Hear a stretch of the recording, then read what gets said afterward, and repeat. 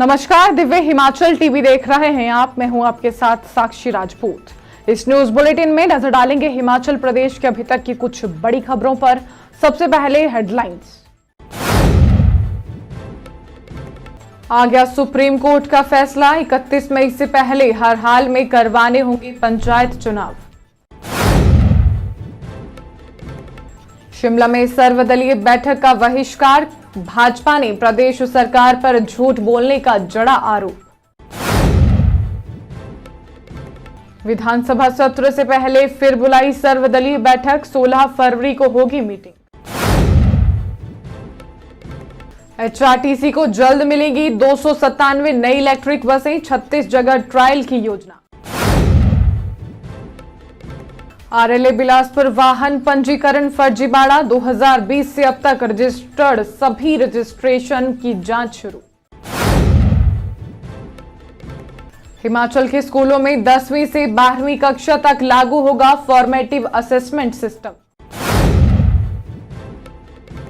मौसम साफ रहने से तापमान में उछाल, 16 से 17 फरवरी को ऊंचाई वाले इलाकों में बारिश और बर्फबारी के आसार। This bulletin is brought to you by Rainbow International School, Nagrota Bagwa. अब खबरें विस्तार से। हिमाचल प्रदेश में पंचायत चुनाव को लेकर चल रहे विवाद को लेकर सुप्रीम कोर्ट में सुनवाई हुई है। इस फैसले के दौरान सुप्रीम कोर्ट ने कहा कि हिमाचल में 31 मई से पहले हर हाल में चुनाव करवाने होंगे। पंचायत चुनावों पर एक बड़ी अपडेट सामने आई है। सुप्रीम कोर्ट ने हिमाचल सरकार को बड़ी राहत देते हुए 1 महीने का अतिरिक्त समय दे दिया है। जानकारी के अनुसार देश के सर्वोच्च न्यायालय ने हिमाचल के पंचायती राज और शहरी निकायों के चुनाव पर शुक्रवार को स्थिति स्पष्ट कर दी है। उच्चतम न्यायालय ने कहा कि 31 मई से पहले हर हाल में राज्य सरकार को चुनाव करवाने होंगे। सुनवाई के दौरान सुप्रीम कोर्ट ने कहा कि पुनर्सीमांकन के नाम पर संवैधानिक संस्थाओं के चुनाव टाले नहीं जा सकते। मुख्य न्यायाधीश सूर्यकांत और न्यायाधीश जयमाल्या बागची की खंडपीठ ने यह फैसला सुनाया है। बता दें कि 31 जनवरी को पंचायतों का कार्यकाल खत्म हो गया है। हिमाचल हाई कोर्ट ने 30 अप्रैल को चुनाव करवाने के आदेश दिए थे, लेकिन सरकार ने एलएसपी डालकर सुप्रीम कोर्ट में चुनौती दी थी। इससे पहले सुप्रीम कोर्ट में सुनवाई हुई थी और फिर आज के लिए भी सुनवाई तय की गई थी। अब सुप्रीम कोर्ट ने अपना फैसला सुना दिया है।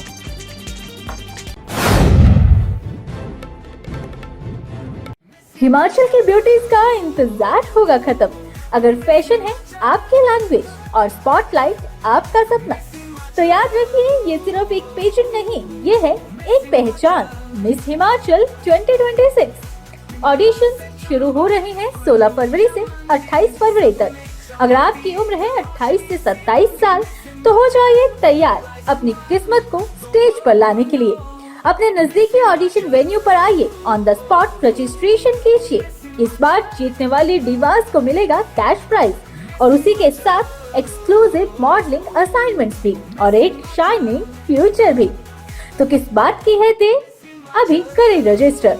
Miss Himachal 2026 brought to you by Arni university, co powered by Roja herbal care, hospitality partner hotel velvet Clarks exotica Zirakpur, radio partner big FM।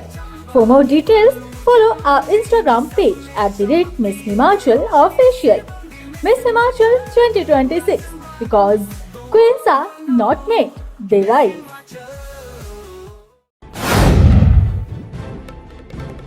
नेता प्रतिपक्ष जयराम ठाकुर ने कहा कि प्रदेश सरकार अपनी नाकामी का ठीकरा केंद्र और पूर्व सरकारों के सिर पर फोड़ना चाहती है। सरकार ऐसी राजनीति के बजाय वित्त आयोग और केंद्र के सामने तर्कपूर्ण तथ्य रखती तो हालात बेहतर होते। हिमाचल सरकार द्वारा बुलाई गई सर्वदलीय बैठक में केंद्र सरकार के ऊपर लगाए जा रहे आरोपों और प्रदेश सरकार के रवैये के चलते भारतीय जनता पार्टी ने बैठक का बहिष्कार किया और बीच बैठक से बाहर चले आए। इसके बाद नेता प्रतिपक्ष ने मीडिया को संबोधित करते हुए कहा कि यह सरकार सिर्फ ओछी राजनीति कर रही है। सर्वदलीय बैठक में प्रेजेंटेशन के दौरान गुमराह किए जाने वाले झूठे आंकड़े दिए जा रहे हैं जो सिर्फ राजनीति से प्रेरित हैं। मुख्यमंत्री आए दिन बैठक बुला रहे हैं लेकिन उन्हें खुद पता नहीं है कि उन्हें क्या करना है। 12वें वित्त आयोग से ही राजस्व घाटा अनुदान बंद करने की पैरवी आयोग द्वारा किसी न किसी तरह की जाती रही है। 13वें वित्त आयोग के समय हिमाचल प्रदेश को मात्र 7,800 करोड़ का राजस्व घाटा अनुदान दिया गया। 14वें वित्त आयोग में हिमाचल प्रदेश को 40,000 करोड़ रुपए से ज्यादा का राजस्व घाटा अनुदान मिला जो प्रधानमंत्री नरेंद्र मोदी की सरकार में दिया गया। 15वें वित्त आयोग ने भी राजस्व घाटा अनुदान खत्म करने की पुरजोर वकालत की। कोविड जैसी महामारी के बीच राजस्व घाटा अनुदान मिला लेकिन उसे टेपर्ड डाउन किया गया। जयराम ठाकुर ने कहा कि 16वें वित्त आयोग के समक्ष हिमाचल सरकार ने अपनी बात प्रभावी ढंग से रखने की बजाय केंद्र सरकार को कोसने का ही काम किया है। कि इस प्रकार के माहौल के लिए मुख्यमंत्री जी ने वातावरण ही पहले दिन से रखा नहीं कि हम मिलकर के हिमाचल प्रदेश में काम करें। प्रदेश सबका है, ना कांग्रेस का है, ना भाजपा का है, ना सीपीएम का है, ना सीपीआई का है, सबका हिमाचल वासियों का है।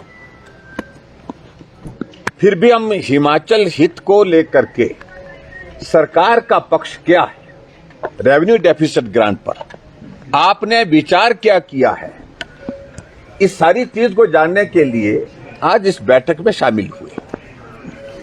लेकिन फिर हट फिर करके कि अधिकार और केंद्र सरकार इन सारी बातों के बीच में ही बात रही कि हमको गलत किया गया, ये रेवेन्यू डेफिसिट ग्रांट बंद कर दी गई और उसके कारण जो है शब्दों का भी कई जगह ऐसा चयन हुआ जिसके कारण व्यवहार के केंद्र सरकार के व्यवहार के बारे में भी बातें कुछ लोगों ने टिप्पणी की, उस पर मैं बहुत ज्यादा जाना नहीं चाहता।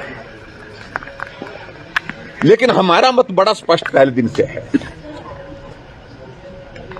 कि हिमाचल प्रदेश में रेवेन्यू डेफिसिट ग्रांट को 11वें वित्त आयोग, 12वें वित्त आयोग, 13वें वित्त आयोग, 14वें वित्त आयोग, 15वें वित्त आयोग में हमेशा एक लाइन में कहा जाता रहा कि रेवेन्यू डेफिसिट ग्रांट हम बंद करने की दिशा में जाना चाहते हैं। प्रदेश अपने संसाधन खड़े करे और संसाधन खड़े करने के साथ साथ में खर्चे कम करे और ऐसे में जो केंद्र पर आधारित आप लोग ना रहे रेवेन्यू डेफिसिट ग्रांट की तरफ मत देखिए। आरडीजे के मुद्दे पर चर्चा के लिए प्रदेश सरकार ने सर्वदलीय बैठक बुलाई थी। अब विधानसभा के शीतकालीन सत्र से पहले स्पीकर ने एक बार फिर सर्वदलीय बैठक बुलाई है। हिमाचल प्रदेश विधानसभा अध्यक्ष कुलदीप सिंह पठानिया ने विधानसभा सत्र से पहले सर्वदलीय बैठक बुलाई है। शीतकालीन सत्र का सही तरीके से संचालन हो इसके लिए यह बैठक सत्र से पहले आयोजित की जाएगी। 16 फरवरी को सर्वदलीय बैठक का आयोजन किया जाएगा। इसमें संसदीय कार्य मंत्री एवं मुख्य सचेतक इंडियन नेशनल कांग्रेस हर्षवर्धन चौहान, नेता प्रतिपक्ष जयराम ठाकुर, उप मुख्य सचेतक हिमाचल प्रदेश सरकार केवल सिंह पठानिया तथा विधायक एवं मुख्य सचेतक भारतीय जनता पार्टी सुखराम चौधरी भाग लेंगे। कुलदीप सिंह पठानिया ने कहा कि बजट सत्र आरंभ होने से पूर्व यह महत्वपूर्ण बैठक है तथा दोनों दलों में आपसी समन्वय, सामंजस्य तथा तालमेल होना लाजमी है। उन्होंने कहा कि उनका सत्ता पक्ष तथा प्रतिपक्ष से अनुरोध रहेगा कि वे सत्र संचालन में अपना रचनात्मक सहयोग दें। उन्होंने कहा कि हमारा सदन ऐतिहासिक है तथा पूरे देश में अपनी उत्कृष्ट गरिमा व उच्च परंपराओं के लिए जाना जाता है। वहीं हिमाचल प्रदेश विधानसभा में शीतकालीन सत्र से एक दिन पहले पत्रकार दीर्घा समिति की बैठक का आयोजन किया जाएगा। बैठक की अध्यक्षता प्रदेश विधानसभा अध्यक्ष कुलदीप सिंह पठानिया द्वारा की जाएगी। यह बैठक 15 फरवरी को होगी। ऊंचाइयों से जब भविष्य को देखा जाता है तो एक नाम सबसे पहले नजर आता है, रेनबो इंटरनेशनल स्कूल नगरोटा बगवा। यह केवल एक स्कूल नहीं, यह एक विजन है जहां शिक्षा, संस्कार और सपने एक साथ आकार लेते हैं। Rainbow international school quality education के साथ स्टूडेंट्स को फ्यूचर रेडी बनाता है। यहाँ लर्निंग और कैम्ब्रिज एवं CBSE स्टैंडर्ड्स पर आधारित है। रेनबो इंटरनेशनल स्कूल में अटल टिंकरिंग लैब, इनोवेशन और क्रिएटिविटी का केंद्र है। हमें गर्व है अपने जर्मन लैंग्वेज अचीवमेंट्स पर, जहां छात्रों ने अंतर्राष्ट्रीय स्तर पर उत्कृष्ट प्रदर्शन किया। जर्मनी कल्चरल एक्सचेंज प्रोग्राम के अंतर्गत जर्मनी से आए छात्र लूकास हमारे विद्यालय का हिस्सा बने। हमारी 11वीं की छात्रा श्रिया ने जापान विजिट में भाग लेकर विद्यालय और देश का नाम गौरवान्वित किया है। खेलों में भी रेनबो इंटरनेशनल स्कूल अग्रणी है। Horse riding, table tennis, gymnastics, cricket, हमारे विद्यार्थी एकेडमिक और स्पोर्ट्स दोनों क्षेत्र में शाइन कर रहे हैं। सार्थक आर्य ने एशियन यूथ गेम्स में टेबल टेनिस में ब्रोंज मेडल जीतकर भारत और रेनबो का नाम गर्व से ऊंचा किया। जिम्नास्टिक्स में भी हमारे छात्रों ने राष्ट्रीय स्तर पर मेडल जीते और हमें गौरवान्वित किया। अब एक और नई और बड़ी पहल, छात्रों को नीट, JEE, CUET और NDA जैसी प्रतियोगी परीक्षाओं के लिए निःशुल्क कोचिंग। यहाँ प्रतिभा को मिलता है सही मंच और सही दिशा।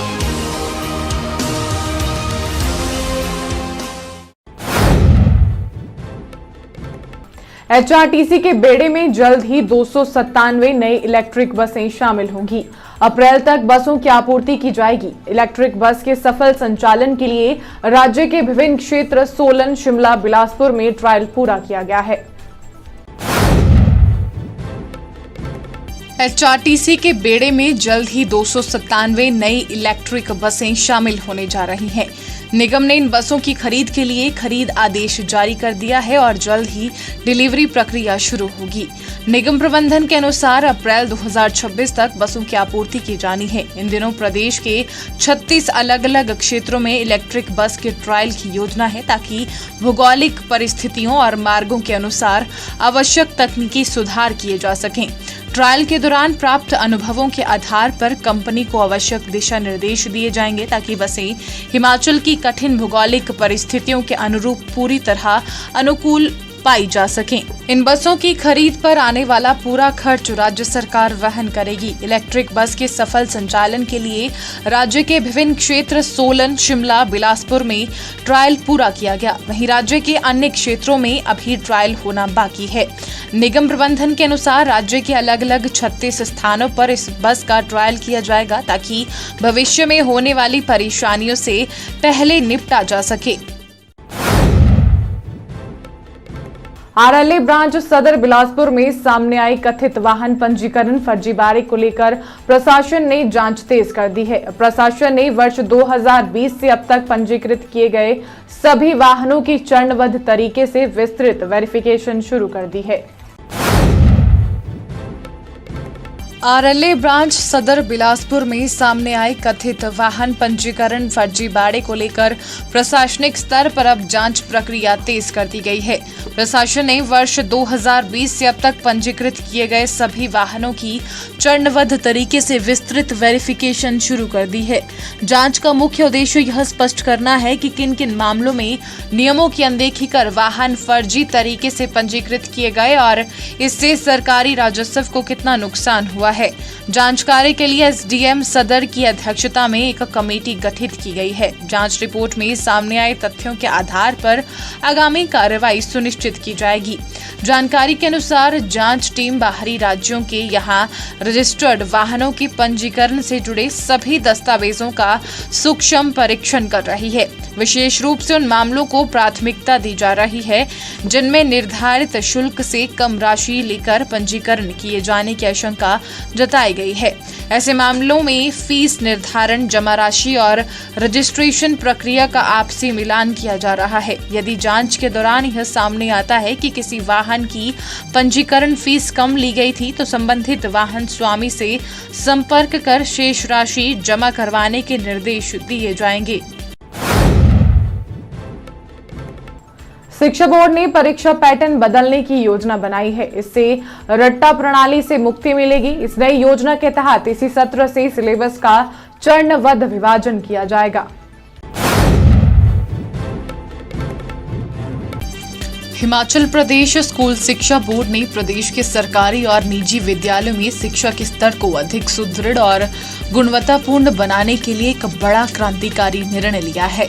आगामी शैक्षणिक सत्र 2026 और 27 से कक्षा 10वीं, 11वीं और 12वीं के विद्यार्थियों के लिए फॉर्मेटिव असेसमेंट यानी FA1, FA2 और प्री बोर्ड परीक्षाओं की व्यवस्था शुरू की जा रही है। शिक्षा बोर्ड ने पाठ्यक्रम के बोझ को कम करने के लिए 10वीं से 12वीं तक के सिलेबस का चरणबद्ध विभाजन किया है। इस नई व्यवस्था को प्रभावी ढंग से लागू करने और विभाजित पाठ्यक्रम की समीक्षा करने के लिए 13 फरवरी को बोर्ड मुख्यालय धर्मशाला में विषय विशेषज्ञों और विद्यालय प्रतिनिधियों की एक विशेष कार्यशाला आयोजित की गई। इस कार्यशाला में प्राप्त सुझावों के आधार पर पाठ्यक्रम को और अधिक व्यवहारिक और छात्र हितैषी बनाने पर चर्चा की गई। फॉर्मेटिव असिस्टेंट एक ऐसी मूल्यांकन पद्धति है जो केवल साल के अंत में परीक्षा लेने के बजाय पूरे साल छात्र की सीखने की क्षमता पर नजर रखती है।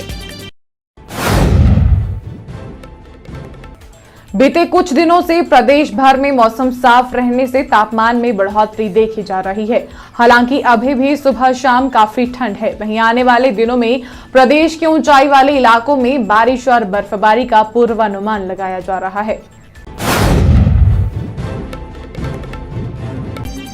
प्रदेश भर में मौसम साफ रहने से तापमान में बढ़ोतरी देखी जा रही है। हालांकि अभी भी लोगों को सुबह शाम ठंड से दो चार होना पड़ रहा है।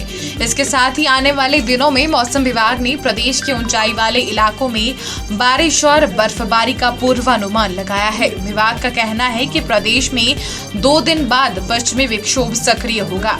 इस दौरान ऊंचाई वाले इलाकों में बारिश और बर्फबारी के आसार हैं। मौसम विभाग का कहना है कि इस दौरान 16 व 17 फरवरी को चंबा, किन्नौर, लाहौल स्पीति और कुल्लू के ऊंचाई वाले इलाकों में बारिश और बर्फबारी हो सकती है। हालांकि अभी प्रदेश में उच्चतम तापमान के साथ न्यूनतम तापमान में भी उछाल आया है। बीते 24 घंटे के दौरान भी प्रदेश के अधिकांश क्षेत्रों में तापमान में उछाल दर्ज किया गया है। मनाली के तापमान में सबसे ज्यादा 3 डिग्री का उछाल आने के बाद न्यूनतम तापमान 5.1 डिग्री हो गया है तथा यह सामान्य से 4.6 डिग्री अधिक है। शिमला का न्यूनतम तापमान भी सामान्य से 4.3 डिग्री के उछाल के बाद 8.5 डिग्री और कल्पा का नॉर्मल से 4.3 डिग्री के उछाल के साथ 1.5 डिग्री हो गया है। अगले 72 घंटे के दौरान इसमें और अधिक उछाल आएगा। चलते चलते में नजर डालेंगे हिमाचल प्रदेश के अन्य प्रमुख बड़ी खबरों पर। शिमला के चौपाल में 1 किलो 115 ग्राम चरस के साथ आरोपी गिरफ्तार। पुलिस ने मामला दर्ज कर शुरू की कार्रवाई। डलहौजी घूमने आए पंजाब के पर्यटक की तबीयत बिगड़ने से मौत। पुलिस ने पोस्टमार्टम करवाकर परिजनों को सौंपा शव। कुल्लू में 2 बड़ी कार्रवाई। 1.4 किलो से अधिक चरस बरामद। 3 आरोपी गिरफ्तार। आरोपियों से पूछताछ में जुटी पुलिस। प्रदेश भर में एम्बुलेंस कर्मचारियों की हड़ताल जारी। आपातकालीन सेवाएं प्रभावित होने से लोगों को झेलनी पड़ी दिक्कतें। इस न्यूज बुलेटिन में बस इतना ही। देखते रहिए दिव्य हिमाचल टीवी।